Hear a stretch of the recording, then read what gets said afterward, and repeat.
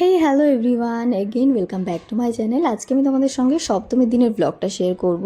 আজকে ইচ্ছা আছে পুরো সাউথটা কভার করার। তো সবার আগে তো এনার্জি দরকার, তাই জন্য চলে এসেছে খাওয়া দাওয়া করতে মধ্যমগ্রামের ভীষণই ভাইরাল একটা রেস্টুরেন্ট অ্যান্ড ক্যাফে এখন, সেটা হচ্ছে বং পিৎজা, যেটাতে অনেক দিন ধরে আসার ইচ্ছা ছিল বাট আসা হচ্ছিল না কোনো কারণে।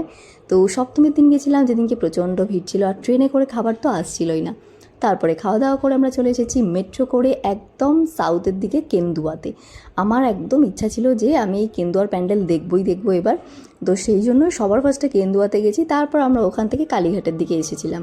যাই হোক, আমার 2025-এ যদি কোনো প্যান্ডেল বেস্ট লেগে থাকে সেটা হচ্ছে এই কেন্দুয়ার প্যান্ডেলটা, ঝুলন্ত মা দুর্গা, জাস্ট দারুণ ছিল।